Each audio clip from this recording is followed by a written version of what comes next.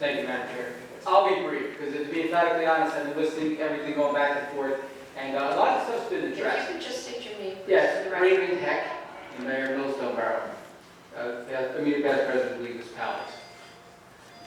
We were talking about 22 years this OPRA has been out. I've been a mayor for 17 years, actually on 18. I take a look around and I see on the other side of the wall many of my distinguished colleagues that were local officials before they got where they are today. So you understand where we're coming from. I hear the word transparency, and I'll be emphatic on it. Transparency means efficiency, needs trust and honesty. If I've got 64 municipalities, 191 of us are populations under 5,000, which means that the clerk is usually the person that's in charge of dealing with the OPRA request as a custodian record. Small government is transparent, and if there's any single person out there, a municipality, first of all, I don't believe a single municipality would be non-transparent, it would be an individual, if anything. And that person should be targeted, okay, for any kind of nefarious activity, not us. I'm sick and tired of being stereotyped among the other mayors, the commissioners, the legislators, because I don't get paid to do my job. I do my job because I love doing my job. I do it for my family, I do it for my community, very small. And like I said, I'm listening to a lot of this testimony today, and we're not too far off. We all want transparency, we all want efficiency. The question is I deal with empirical data, whether it's going to be quantitative or qualitative. So if you're asking me, if you're telling me about transparency, all these things that are happening, show the proof. I can tell you right now, if someone comes to my office one day and said, I want an OPRA request form.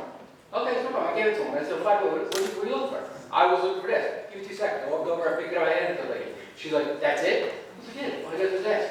I was like, but here's the form. And I explained to her how to do it. We believe in OPRA. We believe in having the transparency. We believe in efficiency. But what we don't believe in is sometimes it gets to the point, it's adulterated to the point that it hurts us. I'm sitting next to an esteemed colleague over here who's a clerk who will be able to expand a little more on this.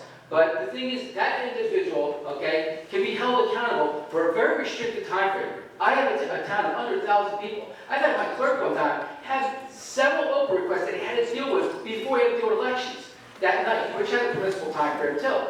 So the thing is, when you're dealing with as a clerk, and as also a custodian, they got a multitude of work they got to do.